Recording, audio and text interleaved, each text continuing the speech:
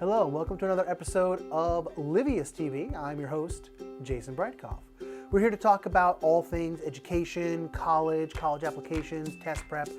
However, one of the biggest questions that I get, and I know a lot of my fellow educators get about the college applications experience, is not about college or applying or essays. It's about paying for college. It's about money and tuition and financial aid. So what we're going to do starting with this episode is do a series of short videos on what college costs, what's involved in that cost, and how to pay for it, including financial aid and topics within financial aid, including scholarships. So we're starting right now with what I would call the real cost of college. So I wanted to give you two pieces of information that I found out recently that are both fascinating and horrifying. So according to the National Center for Education Statistics, which I had never heard of before I started researching for this episode, the average cost of tuition at a four-year college in the United States as of 2017, which is the last full year of reporting since right now, spoiler alert, it's still 2018. In 2017, the average cost for a four-year education was $39,529 per year. That's tuition, room and board, the cost of the school. That's almost $40,000 a year in tuition average. Now, of course, that means that some colleges cost more than that, while other colleges cost less. But on average, most students will get a bill from a college or university for $40,000. That's a lot of money, especially considering this other fascinating piece of information I found on the website for the U.S. Census Bureau. The median household income in the United States in 2017 was $60,336. That means half of all Americans make more than that, but half of all Americans make less than $60,000. So even if you made $60,000 a year, around the median, if you're a parent of a student who's going to college, it's going to cost $40,000, or pretty much all of your post-tax income, to send your student to college. That means you have no money left to pay for rent or your mortgage, no money to buy food, so you're going to starve to death. That sounds unpleasant. No money for food or to go see a movie or do anything. That doesn't make a lot of sense. Most people can't do that. And yet people go to college. So we're going to talk over the next couple of episodes about financial aid and what that is, what it really means, and the different types of financial aid and how to get it. But for now, I wanted to talk about that $40,000 a year. What does that even mean? Like, what does college really cost? What is the real cost of college? So I wanted to break that down into two main pieces. The first is tuition. Tuition is the cost of admission. It's what it costs to go to that school.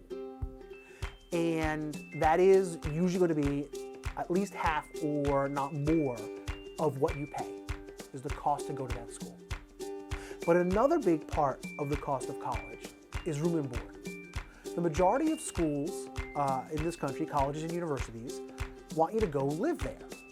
And that's kind of the thing to do. It's part of the college experience. I mean, if you're going to go to Harvard or you're going to go to Gonzaga State out in Washington because you're a big fan now that they've been in the Final Four a bunch of times, or you're going to go to the University of Texas at Austin, a great school, you want to live there. You want to experience what it's like to be on campus. You want to be a part of the college life, join clubs, play intramural sports, go to the big game. I mean, what's the point of going to a school like the University of Michigan or the Ohio State University if you're not going to be there for game day? So you want to live on campus. And room and board includes both the cost of your dorm room, where you live on campus, and your meal plan. And the meal plan is pretty comprehensive. That's 3 square meals a day, 7 days a week, all semester long for 4 years. That's you live there, so you're going to eat there. And that includes everything that goes along with a meal. You know, drink fountains and an ice cream bar maybe, and different types of cafeterias on campus. So that's a major cost. And again, that's going to be just under half of what you pay. So that is mostly what the cost of college means. Tuition and room and board. But there are other costs. First off, you're at college to go to class. Hopefully, you should go to class. And that means books. Books are a cost. Even these days where there are a lot of things that you can get online, a lot of education is video-based or ebook-based. But you still need to buy books, and books can cost an average of around $500 a semester. And sure, you can try and offset that cost by buying used books. I mean, that's a major part of the college bookstore experience. But even so, that's accounting for used books. $500 a semester. And then there are other costs that you might not expect, like fees. A lot of colleges have a club fee. The student government on campus collects a fee. It could be anywhere from $50 to $500 a semester to fund clubs on campus. If you're interested in Greek life, joining a fraternity or sorority, there's cost involved in that. A lot of them will have their own financial aid systems, but you do have to pay a fee to join those organizations. A lot of schools will have athletic fees so that you have access, 24-hour day access to the athletic facility, to the swimming pool, to the workout areas, to play a pickup game of basketball on the basketball court. So there's a lot of fees, small fees that add up. Additionally, there are costs that are not paid to the school. These can include travel. Now, I'm in Massachusetts making this video. If I were to go to college in Texas or Florida or California, I have to get there. So that means that I might have to pay for a flight or Amtrak or to drive for several days to get to college. That's a cost. Gas, food, tolls.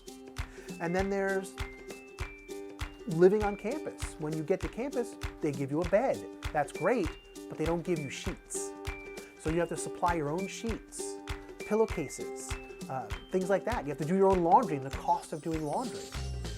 And another surprise cost is clothes. So I went to school up in here in New England. I went to Brandeis University. It's in Waltham, Massachusetts. And I'm from New Jersey originally. So it wasn't that big a deal to deal with a New England winter. But I had several friends at Brandeis who were from places like Miami or California. And they had to invest in winter clothing for the first time. Winter coats, sweaters, what if it snowed? They might need thermal underwear. I mean, things you don't think about if you live in Miami. So there are all these other costs that are involved in college that aren't necessarily paid to the college or university. So that's the first thing I want you to think about, and please don't lose hope. I know it sounds like it's expensive, but the next couple of videos, we're going to talk about how to pay for it all. So, in the meanwhile, start doing a little research of your own, looking up the schools that interest you and seeing how much that school might cost before you even take into account travel, clothing, and bed sheets and laundry and all that other stuff.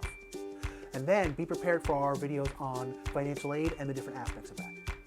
Thanks so much for watching. If you have any comments, please leave a comment below, whether you're watching this on YouTube or Facebook. And if you're listening to this as a podcast, you can always hit us up on our Twitter feed. Right now it's called @EndeavorPod. We are going to be rebranding that, so thank you for being patient with that. And please subscribe. That way you get videos right away. Follow us, like us on Facebook or anywhere else, and that way you'll get videos right away. And as always, let's keep learning.